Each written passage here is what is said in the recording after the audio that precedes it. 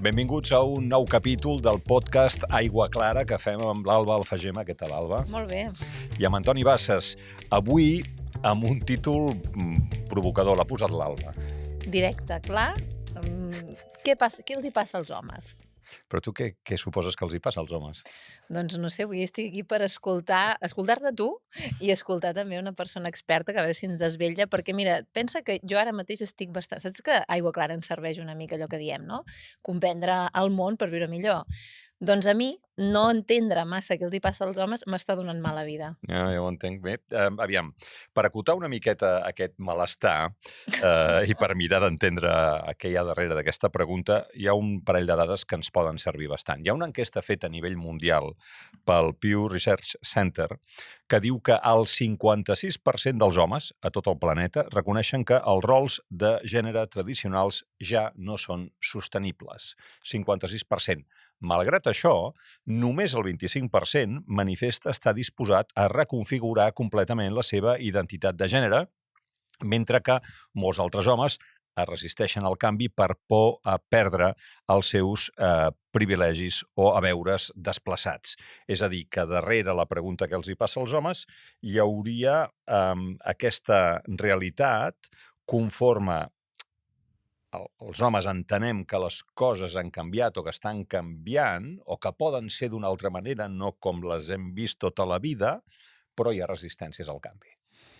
És que qui vol canviar quan té els privilegis al seu costat, quan té una situació de poder? Quins privilegis? Home, quant de temps tenim per acabar el podcast? Perquè podríem detallar-los i no acabaríem.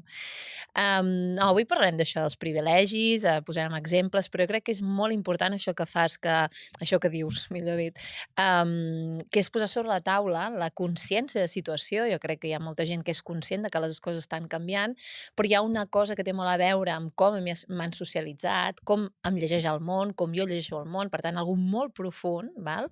Que té a veure amb aquests rols de gènere, i que passa perquè de cop i volta la societat, si vol avançar cap a una societat més democràtica, més igualitària, amb més drets per tothom, necessitem que aquelles estructures socials, històriques, com és el patriarcat, canviïn. I això què vol dir? Que els homes s'han de sentir interpel·lats i hem d'intentar canviar per construir una societat millor per tots i totes.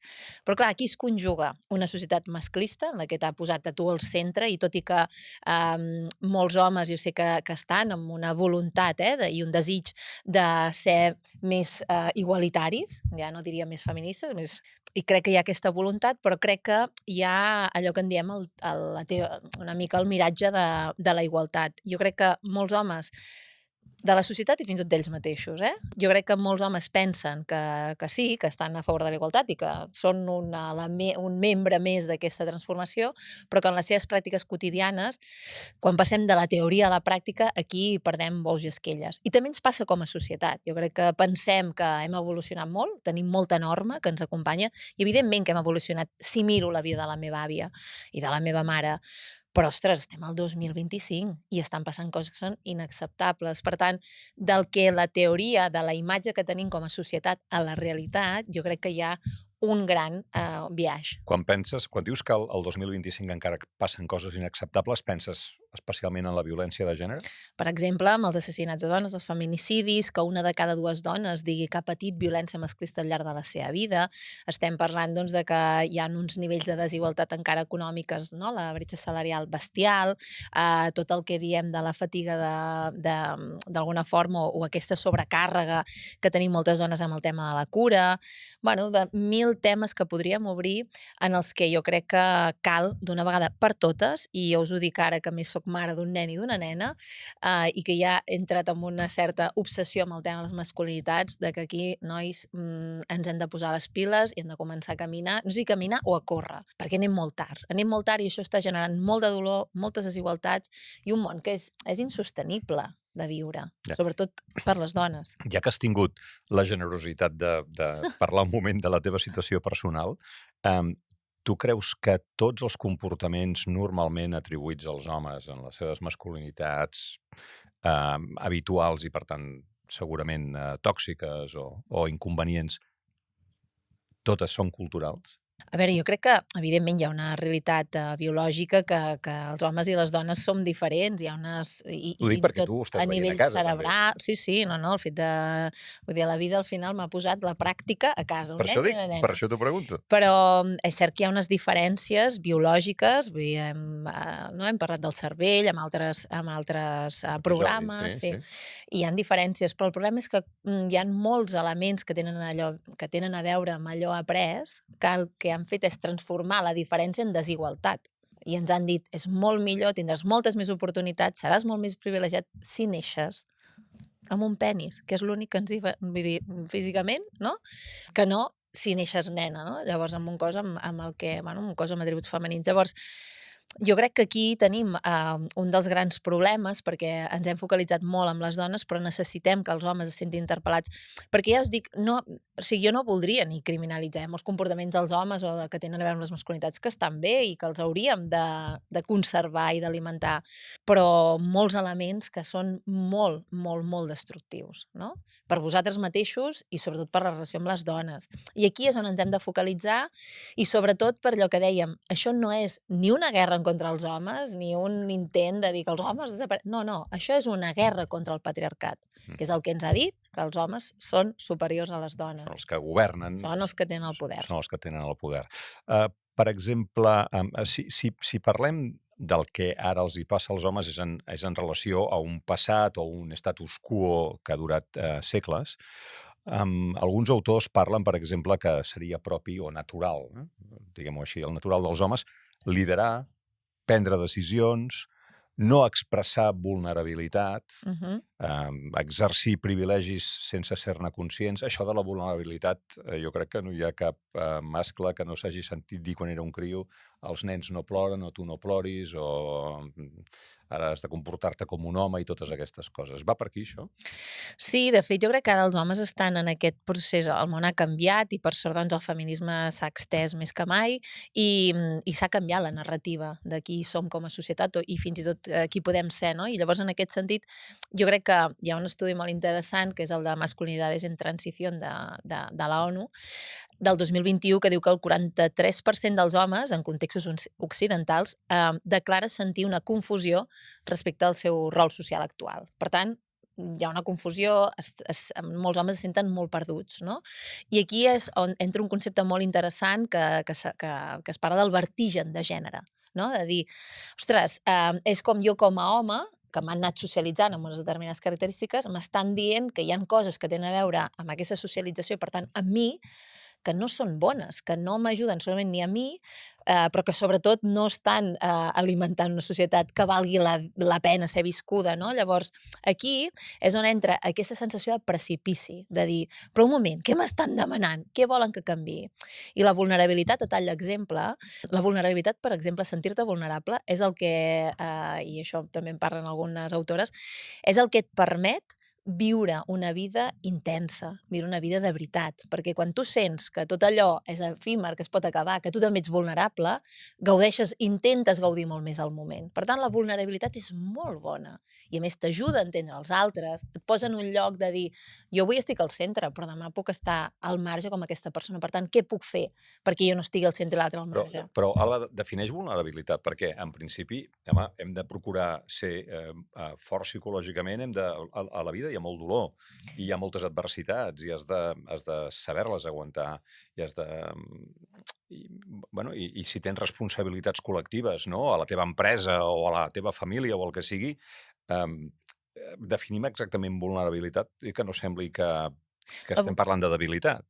Bueno, és que aquest és un dels problemes, no? Que tot allò que no sigui aguantar, sostenir, és aquest concepte de fragilitat. La vulnerabilitat vol dir que a mi em poden passar moltes coses a la vida i que ara mateix he de saber gaudir del que tinc en aquest moment, perquè pot ser que el dia de demà em passi alguna cosa i, per tant, que el meu nivell de benestar, de vida, de relacions que tinc, trontolli, canviï.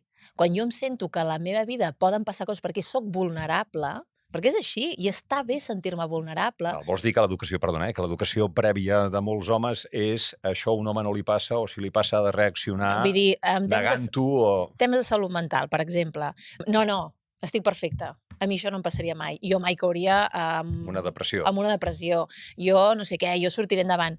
A veure, jo em treballaré en el meu dia a dia per tenir eines, allò que diem de la caixa d'eines, perquè si mai em ve un sotrac a la vida, tingui una caixa d'eines, però no ho sé. Pot ser que me'n surti, pot ser que necessiti ajuda, però això em dona molta més fortalesa. Perquè si no és dir, això no em passarà mai, quan et passes, tu tragues i vas amb la ferida oberta. En canvi, si tu dius, a mi em pot passar, miro la ferida i què necessito per curar aquesta ferida? Si jo la ferida no me la miro, vaig vivint i em vaig dessagnant d'alguna manera. Per tant, ser vulnerable està bé, perquè jo crec que és la porta a entendre que tu no seràs sempre, doncs això que dèiem, no? Un home d'èxit i tal.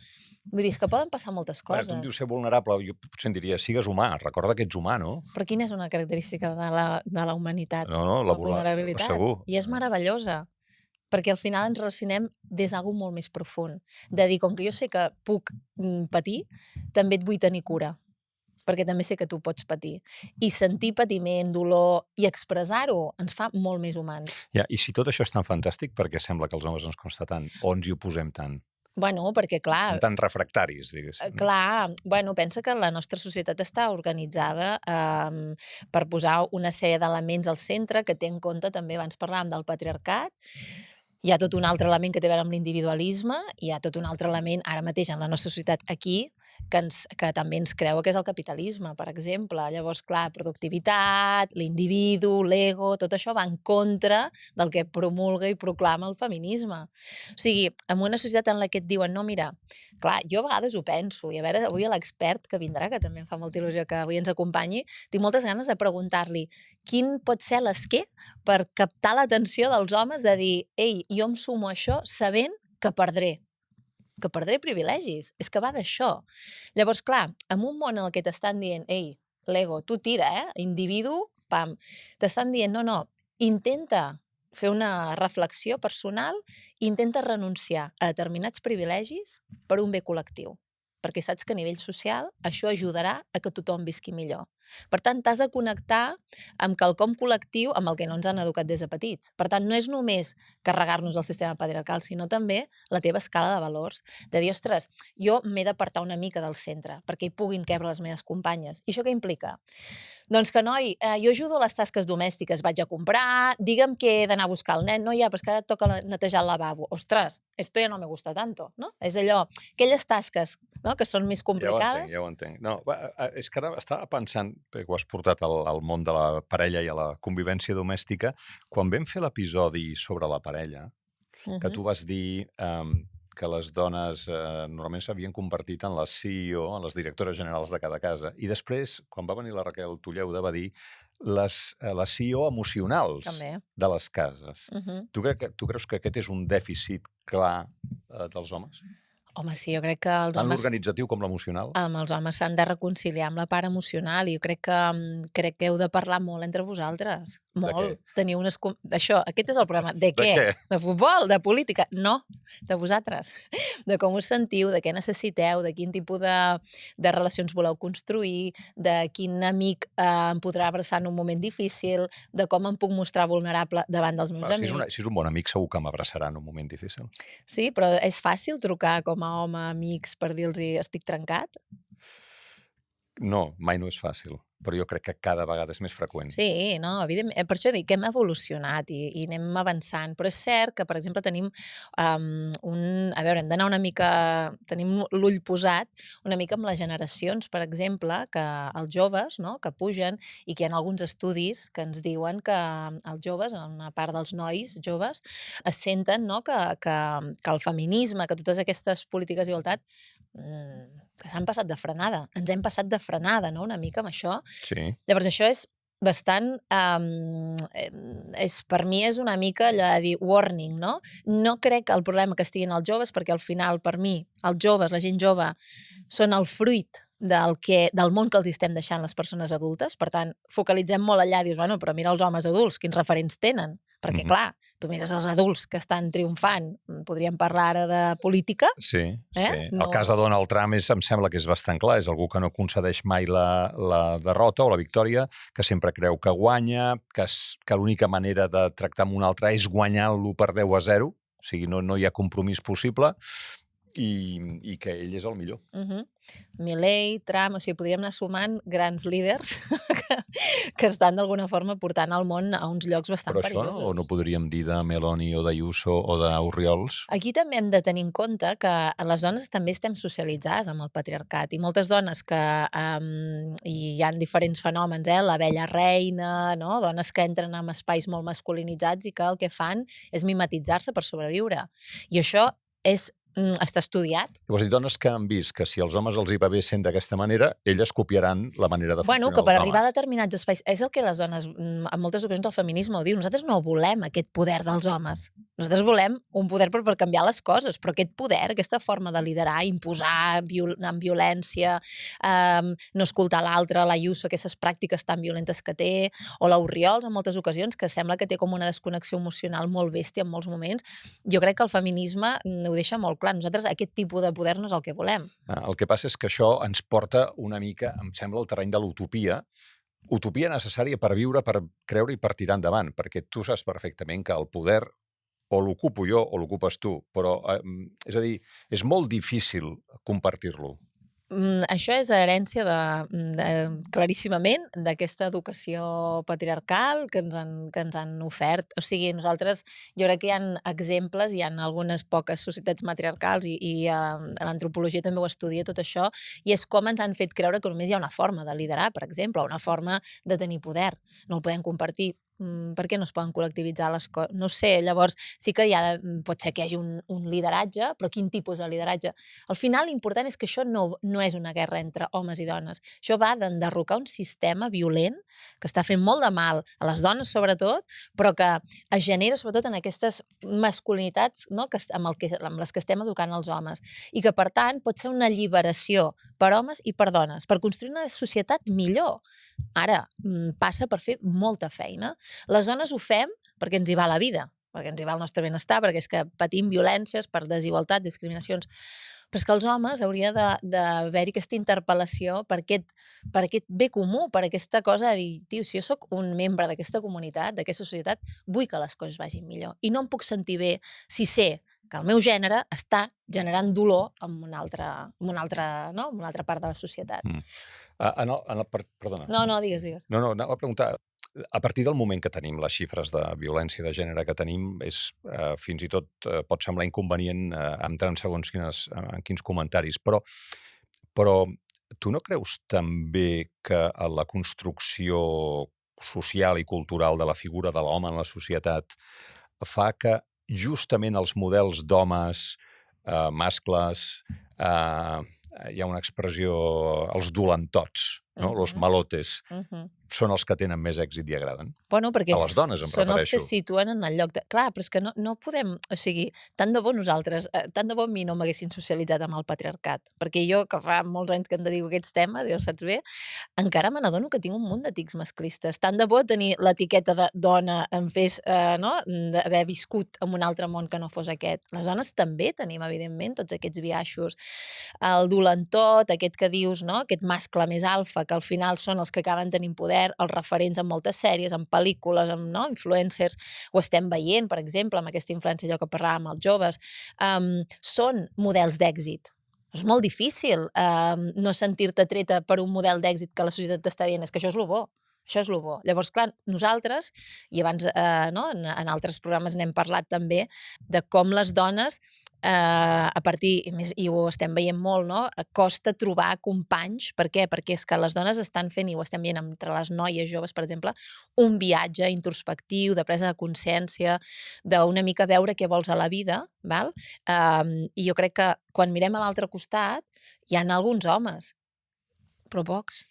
Val? O sigui, jo crec que encara hi ha un gran gruix d'homes que no es senten interpel·lats per tot això. I aquí hi ha un gap de gènere molt bèstia. Però no només no se senten interpel·lats, sinó que podríem dir que s'han rebotat. Abans ho has comentat, però tenim aquí les dades.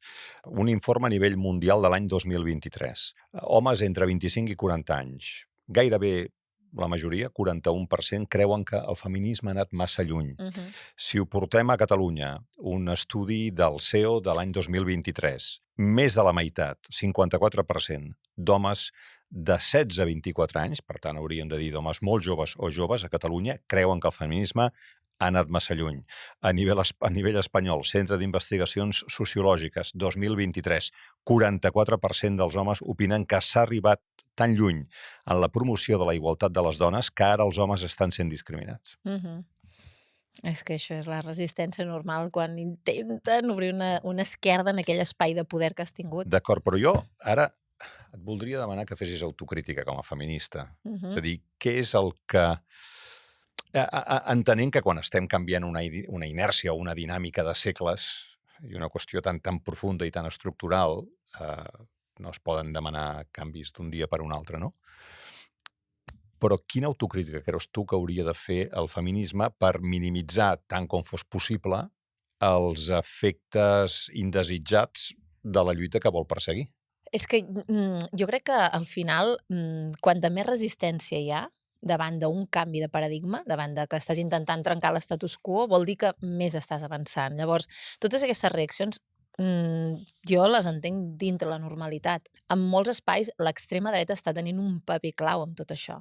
Tot i que està d'alguna forma també maquillant els seus missatges perquè permeabilitzin amb altres, amb altres sectors. Sabem que hi ha, per exemple, votants nois d'esquerra que estan comprant aquest ideari de l'extrema dreta que té més a veure amb aquest combat contra el feminisme. Per tant, hi ha tota una realitat que busca aquest enuig, perquè és molt més fàcil enfadar-me. Això ens passa quan la teva parella et diu: ostres, Antoni, això que m'has dit m'ha molestat profundament. A vegades és més fàcil dir, doncs el que tu em dius a mi també em molesta, que o no tu dir, un dia em vas dir tu també em vas dir, o dir, ostres, deixa'm mirar-me al mirall. A veure, si li he dit això, exactament què t'ha molestat, tal, revisar-te. És el mateix. Nosaltres estem dient, ei, mireu-vos al mirall.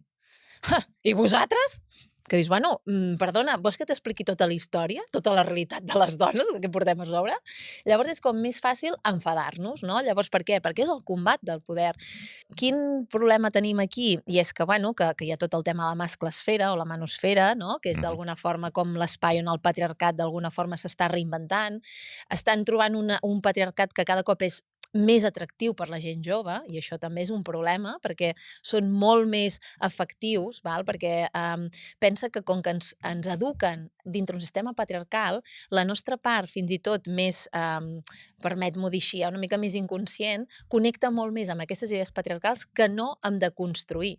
Si tu em dius, bueno, és que les ties s'estan passant tot això de la reserva de places, la llei del només sí és sí, no sé què, tot això és que s'han passat, és que van en contra dels homes, et connecta amb alguna molt essencial amb el que tu t'han educat. De dir, que això és un món dels homes. Què ens estan venint a explicar aquestes dones? L'altre passa per dir, a veure, un moment. La reserva de places en determinades professions, per exemple, que han estat supermasculinitzades, que hi ha estereotips, prejudicis de gènere, que les ties no s'han pogut presentar per 1000 motius. La llei del només sí és sí, que està dient, posem el consentiment al centre. Estigues segur que l'altra persona desitja estar allà. Ei, que són coses molt senzilles, molt bàsiques, no?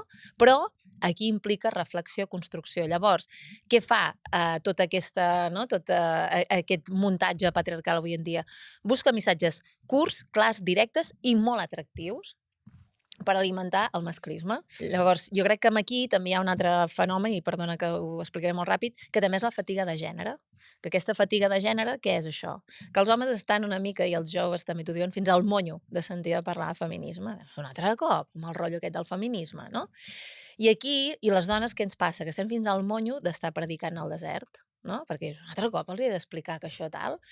I aquí és on hi ha segurament el decalatge i on probablement ens hem de plantejar, i jo per això et dic que una mica la revisió o què hem de fer o el gran deure que tenim, o deute, millor dit, tot i que hi ha moltes feministes que creuen que no. Jo tinc molt bones amigues que em diuen, Alba, tu preocupa't de les dones i que els homes s'espavilin, però jo tinc un fill que és nen, jo sóc heterosexual, m'agraden els homes i crec doncs una societat en la que hem de conviure. Per tant, crec que hem d'alguna forma trobar el camí perquè hi hagi un major diàleg entre homes i dones, i crec que aquest sí que és un de les crítiques que podria fer per poder aconseguir un camí plegats. Abans d'introduir a la conversa l'expert que hem convidat avui, has fet servir una expressió que és la de la masclesfera. Jo la vaig sentir per primera vegada en aquesta sèrie que fa uns mesos va tenir aquest èxit tan extraordinari que es deia Adolescents, que és aquell cas d'un nen, d'un menor acusat d'un assassinat d'una companya a l'escola que passa a Anglaterra. En un moment determinat, quan en aquest nano ja detingut per la policia l'està entrevistant una psicòloga, el noi, de manera més o menys inconexa, s'explica. I una de les coses que explica és que ell sap que el 80% de les dones està atreta només pel 20% dels homes i que l'altre 80% dels homes s'ha de fer fotre perquè a les senyores només els agraden d'una determinada manera. I, bueno, és una dada que serveix a la psicòloga per construir la patologia del cas, no? Tot això, el nano ho ha vist a les xarxes socials. És això la manusfera? Sí, de la manusfera és com aquesta xarxa... O la masclesfera. La masclesfera, no? Que es promouen aquestes ideologies antifeministes, misògenes, reaccionàries, no? Davant de tot aquest avenç. De fet, hi ha una dada que és molt preocupant i que a més és del Regne Unit, que diu que l'informe del Centre per l'Anàlisi d'Odi Digital diu que mostra que els vídeos de la manusfera tenen més de 2.000 milions de visualitzacions globals i que 6 de cada 10 nois britànics entre 13 i 18 anys han estat exposats a aquests continguts. Que són vídeos de ressentiment contra les dones. Són vídeos en els que d'alguna forma t'estan dient el feminisme és una ideologia anti-home, d'alguna manera el sistema ens ha girat a l'esquena, perquè tot el sistema s'està feminitzant, per tant, també els joves han d'anar una mica, sempre la cosa aquesta de l'antisistema, i és cert que el feminisme, per sort, ha entrat a les institucions, però d'alguna forma es valida, dona suport a una identitat com col·lectiva que suposa el feminisme. Està en oposició al feminisme, per tant, no ets tu sol a casa teva preguntant-te de dir, hosti, això de que els homes hem de ser diferents, tu, que es preocupin, perquè en això que tu dius, el 80-20, és molt bo que dius, no, és que les dones tenen un problema, perquè només els agrada el 20%. En lloc de dir, ostres, què ens deu passar com a homes, que només hi ha un 20% que superem allò al llindar del que és acceptable. Però els agraden justament perquè són els tios forts, guapos... No, perquè és que aquí és on hi ha el problema. D'alguna forma, és la reflexió de dir, veure, jo com a home, perquè més, i aquí és un tema molt interessant, que a veure també amb la persona que vinguéssim podem parlar, és com aquest sistema patriarcal també perjudica a altres homes que no responen a aquest model de masculinitat, d'aquest mascle alfa meravelloso que ens han pintat a tot arreu, i com també acaben sent com... Jo a vegades faig una mica la metàfora amb un eucaliptus. Aquests eucaliptus que creixen, però ho xuclen tot al seu voltant. I només queden arbres petitons, arbustos, tal. Això també passa entre els homes. Aquells que creixen tant també creixen a costa dels altres homes, perquè molts homes no han tingut opció ni espai. Llavors, això, sobretot entre els joves, formar part d'aquell grup passa en ocasions per acceptar determinades pràctiques violentes, per ser més masclista, i aquí és on realment jo crec que tenim també el problema. Com ho podem fer perquè els homes parleu entre vosaltres i que es confronteu entre vosaltres, encara que no hi hagin les dones, a determinades actituds que siguin inacceptables, no? Doncs mira, si vols, aquesta és la primera pregunta que li farem al nostre convidat. Vinga, fantàstic. I aquest expert que ens acompanya avui és Cesc Laporta, educador social, màster en estudis de gènere i polítiques d'igualtat. Cesc, benvingut, moltes gràcies. Moltes gràcies per l'oportunitat. L'Alba m'ha adreçat una pregunta i te la trasllado immediatament, que és aquesta de com ho hem de fer els homes per parlar d'aquestes coses entre nosaltres. Pregunta fàcil per començar, Bec, no? A veure, com ho hem de fer els homes? Jo crec que hi ha una primera part, que és guanyar consciència de que això és un fenomen que ens passa i que ens interpel·la, que no és cosa de les dones, que el gènere i el feminisme és cosa també dels homes, no? Això sembla molt assentat, però no ho és. No ho és gens. La frase de Simone de Beauvoir del gènere es construeix socialment és recent, relativament, és de l'any 49, fa 75 anys. I això apel·la molt al món femení, no? Que els homes ens adonem que també ens construïm i, per tant, ens podem deconstruir socialment. És molt recent i molts homes no ho tenim tan integrat, no? Llavors, jo crec que primer això, i després tenir aquests espais que potser els hem de construir artificialment, malauradament, perquè jo amb els meus amics no m'és fàcil, perquè, clar, ens hem educat en uns codis de relació que no ho permeten, no? Llavors, tinc algun amic que sí, alguna oportunitat, puc crear un grup, o pugui parlar d'això. He d'obtenir la iniciativa i he de generar espais. Però Per exemple, abans l'Alba feia gairebé un elogi de la vulnerabilitat, no? I deia, ens ha vingut a dir, home, hi ha elements d'allò que el feminisme vol construir que a vosaltres, homes, us farien molt profit. Sí. Quins són? Sí, jo crec que molts que porten al món femení, que ha estat molt desvalorat històricament, ens serien molt útils, no? Precisament la vulnerabilitat, no? Poder fallar, equivocar-se i descarregar-nos aquest pes de ser perfectes, no? Això és molt alliberador pels homes, que sentim la càrrega de no fracassar a nivell laboral, no fracassar com a figura, rol, no? Central a la família i en tants àmbits, no? És molt alliberador. I alhora ens converteix en més humans, no? Ens apropa als altres, ens fa més empàtics amb l'error, no? Quan un altre s'equivoca ja no ens en burlem perquè podríem ser nosaltres. M'humanitza, em tranquil·litza, em treu pressió, no? És com... Val. Aleshores, quan tu dius hauríem de fer un esforç per deconstruir-nos, de què ens hauríem de deconstruir? Què hauríem d'apartar de la nostra arquitectura? Sí, això és complex perquè, mira, hi ha un sociòleg basc que es diu Joaquín Azpiazu, que fa una crítica, no? Com a això que estem fent els homes de deconstruir-nos, perquè diu que a vegades queda en una cosa molt cosmètica, no? Que no quedi en allò que el feminisme assenyala, jo deixo de fer-ho, ho faig només en privat i ja està, jo tinc passe feminista, no? És allò de... Els aliats, que Sí, no estan gaire. és allò, la distància entre el discurs i la pràctica Sí. és, perdó que ja entro en polèmica, l'Errejón, que de discurs perfecte i de pràctiques incoherent, no? Jo crec que s'ha d'intentar acurtar aquest biaix que hi ha, no? Aquesta distància que hi ha entre el personatge i la persona, no? Que ha fet referència una mica a aquell discurs que va fer ell. No? No, de fet, això té molt a veure, saps allò que parlàvem del miratge de la igualtat? Sí. Jo crec que estem en un punt en el que, més o menys, no? Quasi tothom, més o menys llegit, sap que hi ha determinades coses que ja no pots dir. Perquè si dius, diran, bueno, cromanyo, no sé què, machirulo, de tot, et pot caure allà de tot. Llavors dius, el que ell diu, jo això ja sé que això no ho puc dir, em relaciono, no?, a la cosa més formal, Sí. amb una sèrie d'instruccions que ja me les he pres, però llavors, el que ell diu, la pràctica quotidiana del teu dia a dia segueix mantenint, d'alguna forma, aquest biaix Però masclista. podem definir pràctica quotidiana? Sí, Clar, el primer per exemple ser que ens ve al cap és, escolta, doncs porta tu la gestió de la casa o porta la gestió emocional de la família, per exemple, Sí. però deu haver-hi més coses que això. Sí, sí. Lligant una mica amb Joaquín Azpiazu, però també parlant de Lionel Delgado, no? Diferenciar una mica entre allò que és més cosmètic, no? Aquestes pràctiques però que són més cosmètiques, les pràctiques reals que transformen la relació de poder entre homes i dones, que aquestes són les que hauríem d'anar, no? I l'altra és la posició que ocupem els homes en aquest món, que és un tercer element que també, no? Quan els homes diem hem de revisar o reconstruir la masculinitat, no va tant de lo cosmètic, no? Si els homes podem plorar públicament, per exemple, o ens podem pintar les ungles, que seria un èxit, no? Sinó de lo concret, no? De qui canvia els bolquers, no? Perquè les estadístiques diuen que els homes cada vegada ocupem més rol de corresponsabilitat, ens fem més càrrec de les cures, no? Jo fa més de 30 anys canviava bolquers, Exacte. Sí, Consti. exacte, no? No tots els homes fan això, no? O no ho fan. Però crec que és veritat en el meu cas. Per això, que no hi ha... En això vull entrar també després, no? Que no tots els homes els podem posar en un sac, no? Perquè hi ha moltes categories... not all men. Que no tots els homes Bueno, són not all blancs. men, El que vull dir és que no tots els no. homes són blancs, tots els homes són de classe alta, no tots els homes són no Ho migrats. sento, m'ho ha acceptat el Cesc. No, que no, tots no. És els una homes... apel·lació El not diferent. alment s'utilitza, depèn de quan l'utilitzes, és la típica estratègia, allò que deia, d'evasió, No, per em dir... referia a una altra cosa. Jo però després no, en jo Però parlem. és me veritat, toca. estadísticament és veritat, no tots els homes. Però quan algú t'està explicant una situació de violència, no pots sortir amb això. la carta, o una situació de discriminació. Home, el not all men sempre surt en aquests moments. Sí, Los hombres se tienen que cambiar porque... No todos.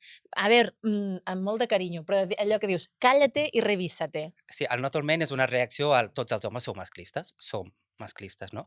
Jo, mira, m'ha passat que fent tallers amb col·lectius de l'àmbit social hi ha hagut reacció, no? Jo he dit, tots els homes són masclistes, pensant que hi havia cert grau de sensibilització, que era una frase que es podia entendre dintre el context, no? Però no és veritat, no és sempre així, no? Jo crec, el que passa, he de ser molt pedagògic quan ho dic, no puc dir sense contextualitzar. Jo crec que qualsevol persona socialitzada en el patriarcat reprodueix el patriarcat. Això diria, totes les dones són masclistes? Sí. Clar. I tots som racistes i tots Això és tenim el una que part vull dir. d'homofòbia perquè ens hem Però si jo m'evito i faig només l'eslògan, genera reacció. Per això el llenguatge és com molt important quan treballem amb homes. No? Però jo crec que és molt important ser conscients que tots, jo abans he aprofitat per dir-ho, jo fa molts anys que treballo amb això i jo em noto tics masclistes, o sigui, les nostres reaccions automatitzades tenen molt a veure amb un sistema masclista, amb un sistema racista, amb un sistema homòfob. Per què? Perquè hi ha una sèrie d'elements, aquesta masculinitat, no? Aquesta part més, no sé, per exemple, l'heterosexual... O sigui, han ocupat espais de privilegi i, per tant, tots i totes, jo crec que l'única manera de construir-te, primer de tot, és prenent consciència de que sí. De que sí, que hi ha una part de tu que és masclista, t'han educat així, i qui no accepti això és que realment té un problema. I que és un masclista? No passa res? Sí. I alhora s'ha de ser molt pedagògic perquè es pugui comprendre des d'un lloc no d'assenyalar o de culpabilitzar, no? Sinó d'intentar comprendre el món en el que vivim. És que clar que és així, som tots racistes, no? Pregunta trampa. Les dones escolten més que els homes? Home, és que nosaltres ens han ensenyat bàsicament a estar escoltant tota la vida. Ens han ensenyat o veniu de sèrie així? A veure, el tema de la cura, evidentment, hi ha una preparació biològica per una història, però el tema d'escoltar, de no ocupar espai, tenir en compte l'altre i tal, hi ha un element de socialització bestial. Jo, per exemple, que m'ha tocat treballar en entorns molt masculinitzats, ostres... Quan algú fa una pregunta, els primers que contesten són ells. Bueno, però és que jo, per exemple, que soc professora d'espais com la psicologia, que estan molt feminitzats, els que pràcticament sempre parlen, ocupen espai, fan la gracieta, no sé què, sempre són els nois, i poder de 80 persones n'hi ha 10 que són nois, però sempre són els que són, no? No, et dic això perquè vaig tenir l'oportunitat d'entrevistar a Washington a la primera dona que va arribar al càrrec de secretària d'Estat dels Estats Units, que va ser Madeleine Albright. I em deia que quan es reunia amb futures diplomàtiques nord-americanes, sempre els deia, sobretot a les reunions, sigueu les primeres a contestar, no feu allò d'esperar que s'acabi el torn dels homes per contestar vosaltres, perquè era un constant. Però em pregunto, i ho preguntava de bona fe, si aquesta era una manera de procedir cultural o gairebé genètica. Clar, sí, hi ha un dilema sobre això. Jo aposto que el pes de la socialització és altíssim. Però una mica lligant amb el que dèieu al principi quan parlàveu, no? En ambients molt masculinitzats, les dones utilitzen estratègies que fan servir els homes perquè saben que són útils, no? Si vull que se m'escolti, clar, soc la secretària general, no? La Madeleine Albright, segur que va haver de utilitzar aquestes... Bueno, després quan va arribar ja no, perquè era la secretària d'Estat, però sí, per arribar-hi sí, esclar, evidentment. Segur, clar. En aquest context és difícil fer-ho d'una altra manera, no? I no és gens fàcil, perquè a més tot el tema del síndrome d'impostora, o sigui, quan estàs intentant trencar estructures molt masculinitzades, sempre et fan sentir que estàs en un espai que no et pertoca. Per tant, tu has de gestionar la teva inseguretat de dir, estic aquí però ningú m'esperava i tampoc sóc massa benvinguda. El que diré, la meva veu ja té un altre to, com ocupo l'espai. És dificilíssim ser dona en un món d'homes. I a vegades m'agradaria que féssiu aquest exercici, no? Per exemple, hi ha aquell curt de Majoria oprimida, un curt francès que van donar molts premis, que és com el món girat a la inversa, no? Per un dia viure l'experiència femenina en un món d'homes. És molt desgastant. Escolta, Cesc, d'home a home. Quan parleu d'aconseguir masculinitats alternatives, a què us referiu? És complicat, això, eh? Mira, jo si em permets allargar-me una mica, sentim que aquest tema està com molt polaritzat, no? A un extrem estarien els homes masclistes, que els podem cosificar en Bertino Osborne. Sí? Ara trencaré una llança en favor de Bertino Osborne. Ostres! I a l'altre extrem, polaritzat, estarien aquests homes feministes. Qui és aquest home feminista? Aquí hi ha un buit, no hi podem col·locar ningú. Tothom que s'hi arriba a posar en algun moment cau. Està qui? L'Errejón. Ja no hi és. Està, no sé, per exemple, Will Smith, que podia ser considerat un home no molt violent, no? Fins que un dia és violent i deixa d'estar en aquest grup, no? Sí. Llavors, aquí és inassumible, no? Però voldria dir també que és inassumible ser l'home masclista que tot el temps, tota l'estona reprodueix el patriarcat. Ni Bertino Osborne. O sigui, Bertino Osborne fa petons als seus fills per anar a dormir. I segur que ha canviat penyals, també, bolquers. Llavors, són dos ideals distòpics, una mica, no? Inassumibles. Jo crec que va una mica d'això. Les masculinitats alternatives crec que van de trencar aquesta polarització i imaginar que tots els homes són masclistes i que en el camí d'anar a revisar la nostra masculinitat ens equivoquem, som masclistes, ho podem reconèixer, millorem com a persones.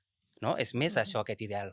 I aquí crec que sí que hi ha ideal, hi ha persones que poden encarnar, no?, com aquests referents. I també d'home a home, com fer-ho per parlar, per exemple, de sentiments entre nosaltres? És complexa perquè, clar, moltes vegades el feminisme ens demana comenceu a parlar... Espavileu, va. Espavileu. Sí, clar, quan Rita Segato, que és una pensadora, diu a la contrapedagogia de la violència, em sembla que es diu el llibre, no? Parla d'això, no? Aprendre a ser home és un procés, és un ritual basat en la violència. Hem après a ser homes a través de la violència d'altres homes. Ridiculització, burles, assetjament, no? És això del 80-20 que deia una mica, no? Clar, en aquest procés ens hem desconnectat de les nostres emocions per sobreviure, perquè tampoc se'ns ha demanat que ens connectem amb les emocions. No ploris, ja ho has dit tu.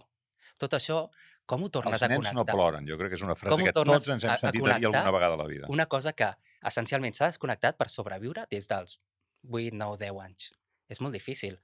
Jo crec que és un procés que, si ens el creiem, hi hem d'apostar, i això vol dir fer teràpia, això vol dir anar a grups, això vol dir parlar amb un amic. Sí. És molt interessant i molt dur, però em sembla que posats a aconseguir allò que dèiem d'aquest podcast de sortir diferents de com hem començat a sentir-lo, això de que els homes hem desconnectat de les nostres emocions per sobreviure, és una frase com per anar-la païnt, Sí, no, és terrible, i jo crec que això de, per exemple, el meu... Ara ja tiro allò, a vegades també va bé per la pròpia experiència, jo amb el meu fill que té 9 anys, jo crec que ara mateix, i em frepa bastant, o sigui, la pressió de gènere que està visquent el meu fill, entre els iguals, entre els nens, bueno, i entre ells, que tots, és molt més dura que la pressió que està sentint la meva filla, perquè encara no ha entrat mai, la meva filla té 6 anys, per tant encara no està sexualitzada, per tant, quan entri al món dels homes, la meva filla, quan se la comenci a cosificar, ja començarà a viure tota la pressió duríssima. De les noies també, Sí, però del seu aspecte exterior. També, sí, però sobretot del sistema patriarcal. És igual qui... Jo crec, per mi aquesta és la idea important. És igual qui ho acabi executant quan parlem de l'estructura, perquè al final és una forma de viure la vida i d'entendre el món, i per tant és igual si és un nen o és una nena a la que li acaba dient ets gorda, perquè tenim el problema de gordofòbia amb les noies, sobretot, no?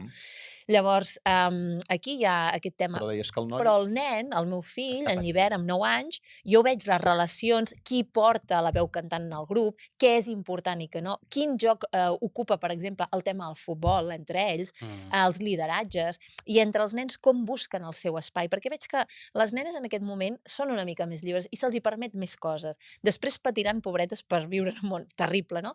Però veig que en aquesta etapa hi ha com aquesta desconnexió, perquè ningú li diu al meu fill no ploris, però ell està aprenent que plorar en determinades situacions pagarà un preu molt més alt que plorar una nena de la seva classe, perquè ell és un nen. I aquí ja els està començant a marcar.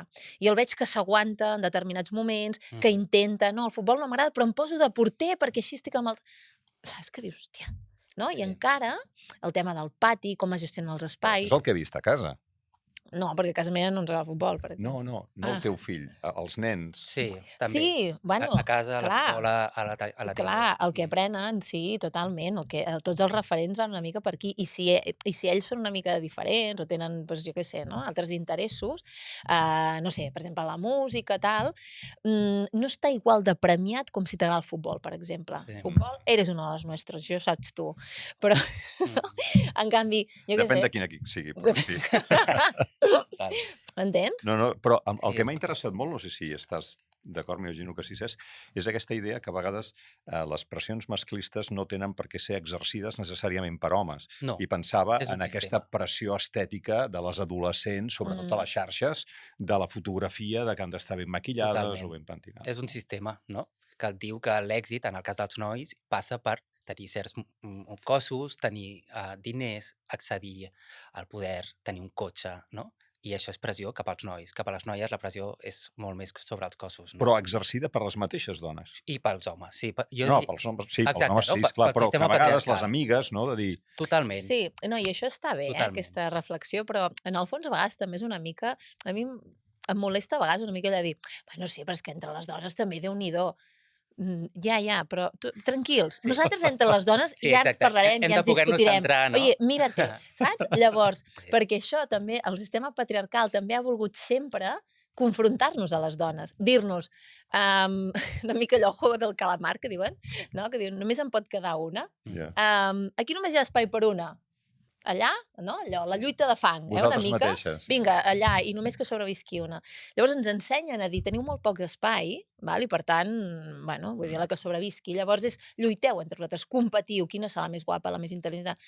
Però nosaltres ens ho mirem menjant crispetes. Perquè, clar, a nosaltres aquest sistema, tot i que l'executem a vegades, no ens beneficia per res, però vosaltres sí.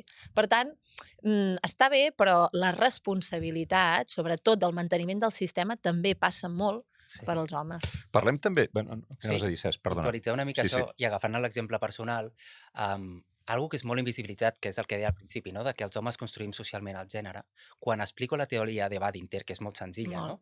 Amb nois, però amb adults professionals de diferents àmbits, tothom sent que ha viscut aquesta realitat. La teoria senzilla és que per ser acceptats socialment com a homes hem de negar que som nens, o sigui, que som persones, demostrar que som persones independents, autònomes, que podem arreglar-ho tot amb el taladro, guiar-nos amb un mapa, no necessitem de res ni de ningú, no?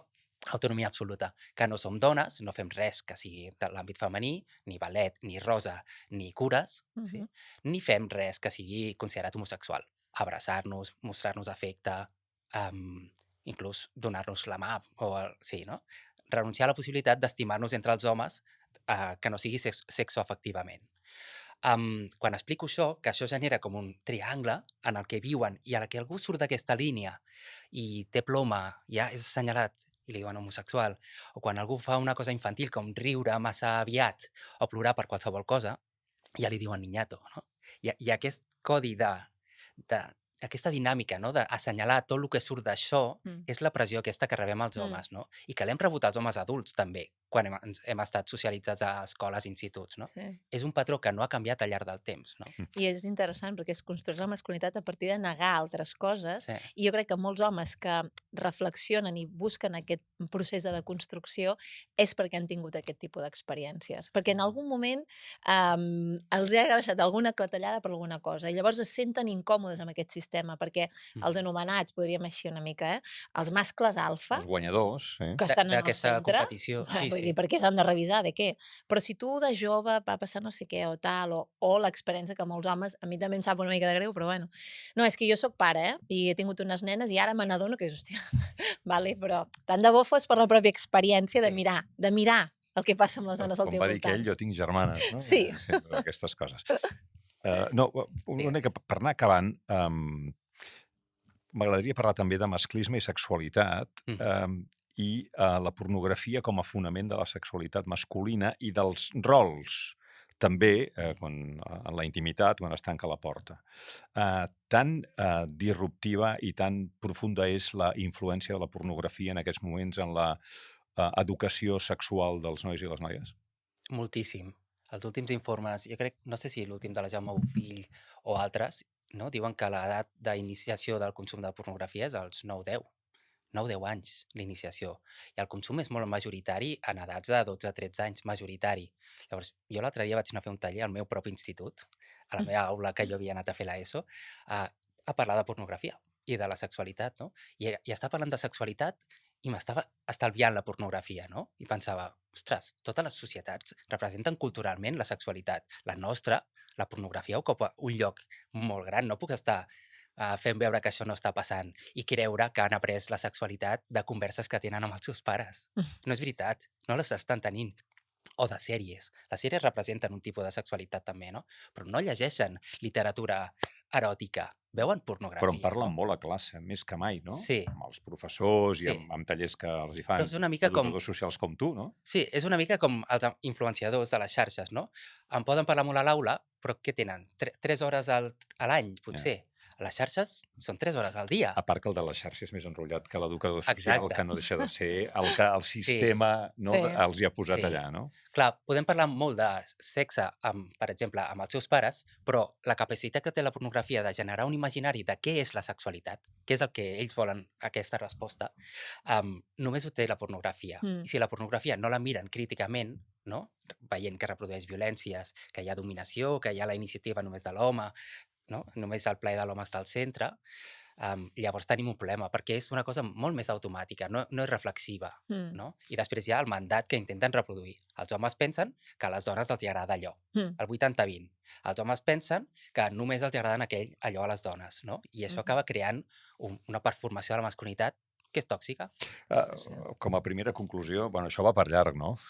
Sí, no, i aquest tema, per exemple, que ara et treia per apuntar una cosa, és que 8 de cada 10 vídeos pornogràfics reprodueixen situacions de violència. I també jo crec que les famílies que acompanyem a les criatures en aquesta etapa tan bonica de creixement no podem pretendre parlar de sexualitat a la preadolescència.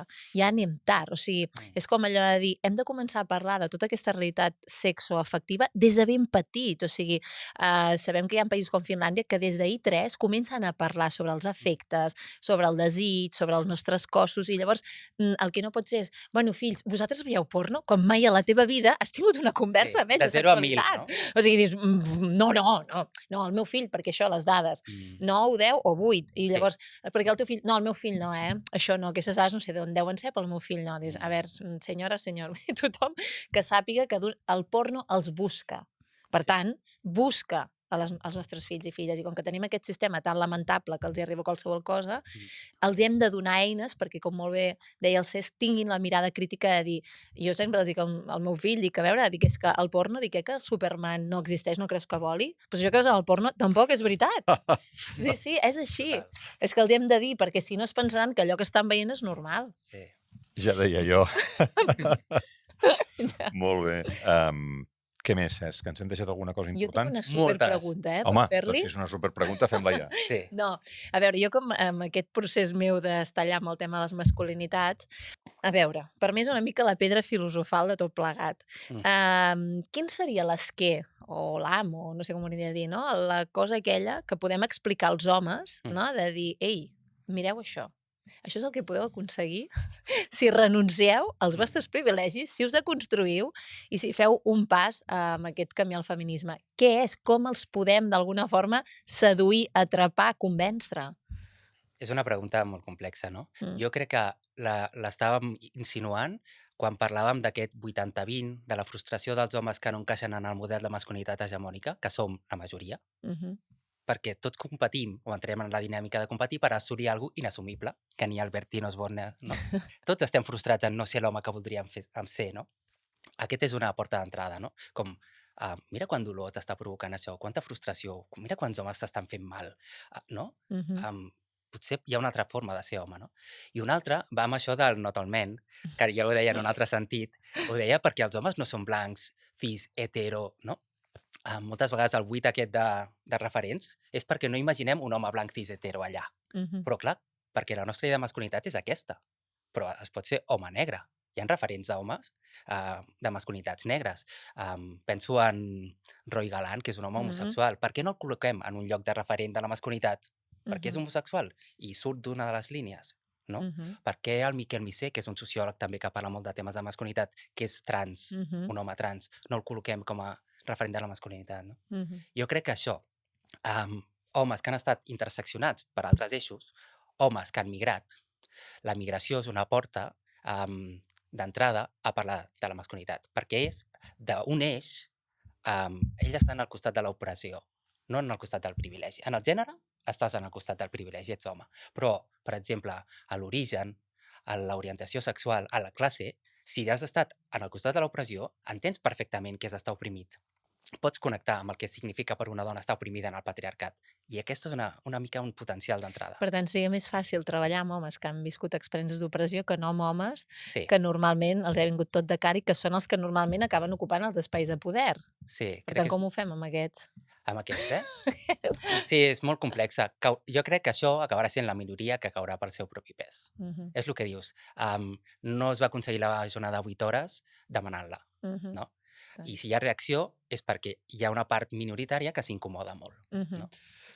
Cesc, moltíssimes gràcies. A Cesc vosaltres. Laporta, educador social, màster en Estudis de Gènere i Polítiques d'Igualtat. Has quedat satisfet amb la resposta a la pregunta que els hi passa als homes? Sí, però no sé si ens podries recomanar un llibre ràpid o alguna cosa... Sí, penso en Nacional Joaquín Azpiazu, sociòleg, masculinitats i feminisme, i potser la Bell Hooks, que és una pensadora afrodescendent nord-americana que dona un espai, una sortida viable als homes. Esperem haver-ne tret l'aigua clara, no, Alba? Esperem. Tenim feina a fer. Els nostres espectadors i els nostres oients, i en aquest cas avui molt especialment subratllo això d'els, tot i que ha quedat clar que és una feina col·lectiva, de profit divers pels dos gèneres. Fins una pròxima edició, fins un pròxim capítol d'Aigua Clara.